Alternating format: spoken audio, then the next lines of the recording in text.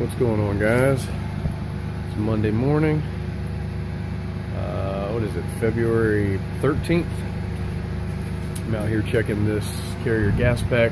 One of our technicians was out here and he was getting a lot of flame disturbance, a lot of yellow flames. So figured I'd come back and pop this thing apart and check some heat exchangers. It's at a local church of ours. But let's see here. Again, it's carrier. We can get a little focus on here. 48 TMD 016, and the serial is 1403 2003. As you can see, I already got some panels off back here. You can see our compressors, all that good stuff. But this is the area that we're looking at. You can see a little bit of heat stress. They actually, for the most part, look pretty good considering they're 2003. See rust spots up here. And usually what I do is just run a screwdriver across them and just see. Yeah, that was nice and sturdy. But if we come right down, dun dun dun, she got a hole in her right there. And just for scale, you can see it's a pretty large hole. Pretty large hole, and I'm sure you could probably flake the edges off and do all kinds of stuff like that. So whether there's one hole or whether there's a dozen, it's all going to be the same result. You can see that exchanger had a little bit of heat stress on it, and there's another spot on here. The camera probably won't pick it up, but it's indented. I can feel it with my finger. I'm not sure. We'll do the screwdriver test again on here. You can see pretty sturdy. Still does have an indent. If this wasn't cracked right here, I imagine within a season or so that one will probably pop through.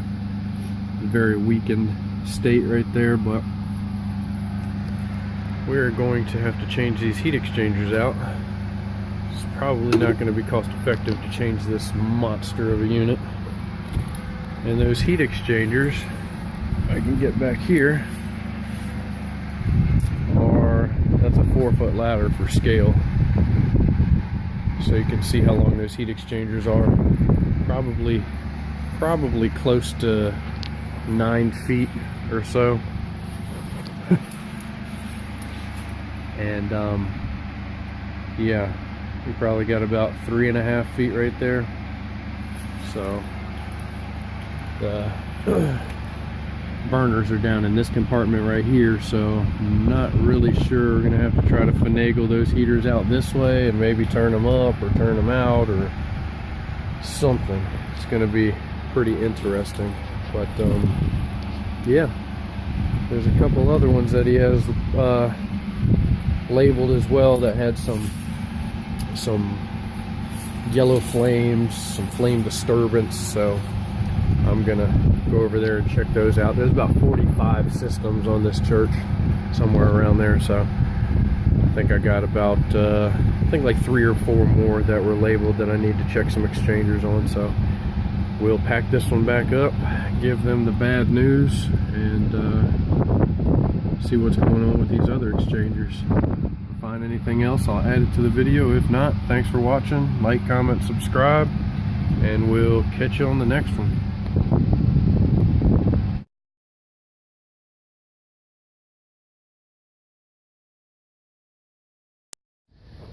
Alright, just wanted to show you one other thing. This is the same furnace at the beginning of this video, but you can see the condition this thing's in. This is the there's the inducer. This is essentially your collector box, but you can just see that it's just, I mean, literally falling apart. As you can see, I'm kind of wedged up here trying to get some decent video, but there's the bottom of the collector box, and I can just feel my fingers pushing in it. You can see it. It's just literally crumbling. If I tried hard enough, I could probably just push my finger straight through that.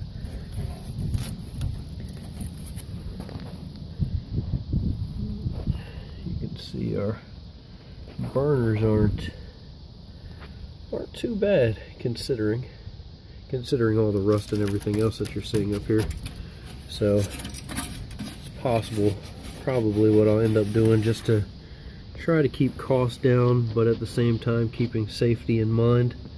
We'll probably keep these burners if they want. They don't have to change them, but what I'll do is when we go to change the heat exchangers, pull all these burners out and get a wire brush, clean them all up, and